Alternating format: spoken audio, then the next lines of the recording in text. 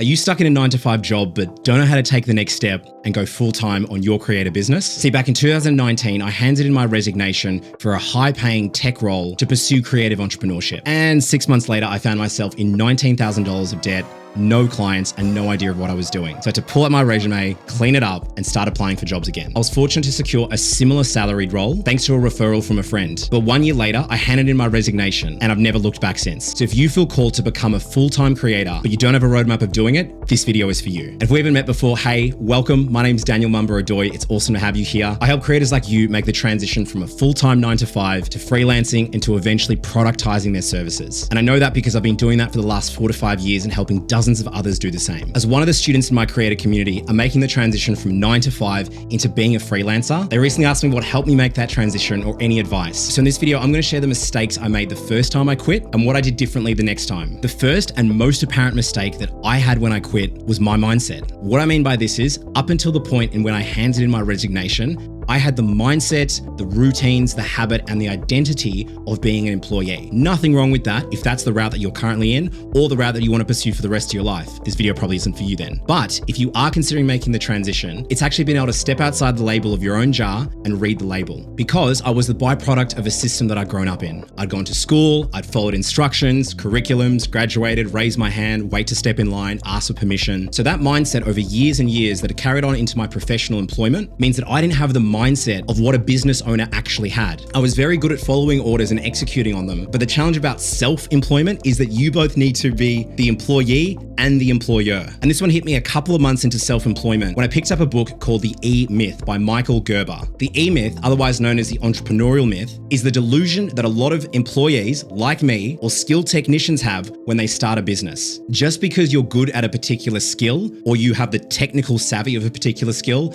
doesn't mean you know how to run a business. A business in itself is a system that should operate with or without your active involvement. And the fundamental shift you need to make from being a technician with that employee mindset is one in which you are selling and marketing the technical skill, not just delivering the technical skill. This is where a lot of freelancers often struggle. It's where do I find clients? How do I get work? And sure, there are a lot of marketplaces and platforms that facilitate these transactions. Businesses that are looking for skilled contractors or technicians, pair them with very, very skilled technicians or freelancers. But solely relying on all of this work coming your way is a very passive strategy and isn't a sustainable strategy. At least that's what I experienced when I started freelancing. So not only do I recommend that you read this book so you can get the fundamental mindset shift from being just a technician to a business owner, but I recommend you create in your mind 2 versions of yourself. One version that is the technician that does the delivery of the work, and the other one that needs time to create strategic decisions working on the business. Where am I getting more clients? What is my marketing process? How does my customer journey mark out? What are the operations and systems that need to work around the technician? Because when you're starting out as a solopreneur or as a one-person business,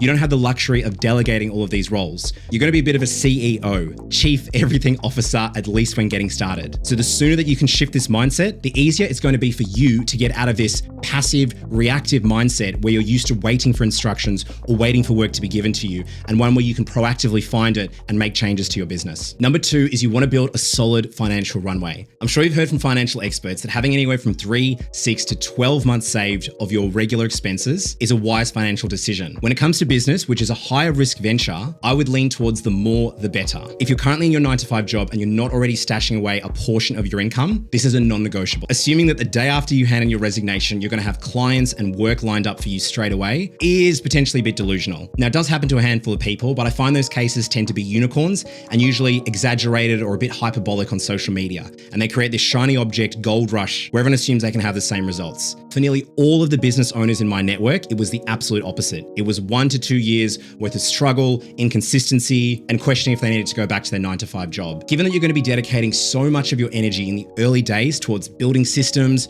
learning new skills, and acquiring clients or work, the one thing that I implore you to avoid having is financial stress or a mindset of financial scarcity. I was in that state myself, and it made me operate from a place of survival. When I jumped on calls with clients, I had more of a needy energy where I needed to make the sale, versus I was in a position where I could actually say no if I felt they weren't the right fit. And as a result, I made decisions that compromised the long-term growth of my business. I said yes to clients that I shouldn't have, and as a result, I was overworked and underpaid, resentful for what I was doing, and stuck in more of a loop because I was trying to acquire more clients while servicing the existing ones that I regret that I took on board. There's plenty of research from people that are much smarter than me that talk about the psychology of financial security. So my friend, hear it from me first. Make sure you have 6 to 12 months of expenses saved up at least, or a partner or a family that can support you during this period. Whether it's moving back in with your family to reduce your expenses and being very intentional about how you're allocating the money while you have a full-time salary. Not only did my financial runway very, very quickly deteriorate, as I wasn't earning enough to replace how much was going out, I was also hit with an unexpected $19,000 tax debt from the Australian Tax Office that came as a result of stock options I held in the company I had just left. But that's a story for another day. Next up, and this one seems super important, but it's worth repeating, package up your existing expertise. Chances are that if one employer has been willing to pay for you full-time for your services,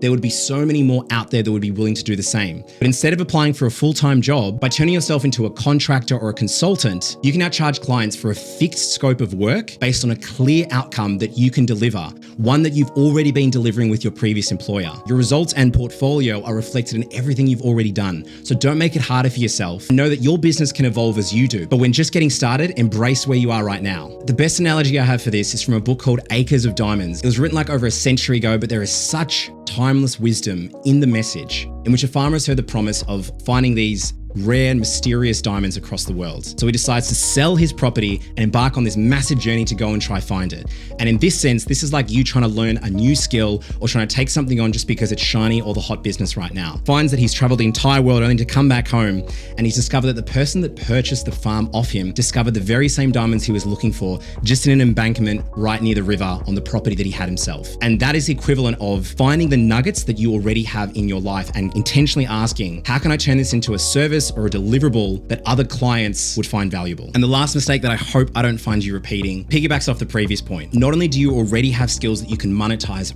right now, but your first 3, 5, 10 clients or source of work are already in your network. If you've lived 20, 30, 40 years on this planet, there is a village of people that you have interacted with, whether they're neighbors, friends, extended relatives, or professional connections that you have. And it's so much easier to secure work through a warm referral, that is someone that you know referring you to somebody else, because you've already established trust. So before you worry about cold outreach or posting content or doing cold DMs or any other outreach processes, start with those within your network. See, the first time that I quit, I just thought I had to reach out into the excesses of the internet and just spray and pray and hope that someone would need my services or would just land on my website. What I overlooked is that the alumni of colleagues that I worked with at my previous tech job were all themselves moving on to other companies or starting their own businesses. In the months leading up to when I resigned the second time and started sending messages to those people that I knew and DM them asking if I could help or if they knew anyone that I could help, and was doing a little bit of work on the weekends or outside of my 9 to 5 hours to build a portfolio, build the experience, and build the confidence I would then have to be able to resign and know that I could then support myself going forwards. And as a pro tip, whoever your earliest clients are, go above and beyond for them. Become indispensable for them. Not because they'll necessarily want to work with you forever, but because the value of the testimonials or the portfolio or the results that you generate with those is the foundation and the authority in which you can then secure and pitch yourself to more clients and more work in the future. So even if you think it's outside the scope for the initial few, you need to remember, no one knows who you are and you don't have any proof of results. So go above and beyond for those ones. And if you've landed your first few clients, but you're not too sure how to manage them, I've made this video to make it a breeze. Catch you there.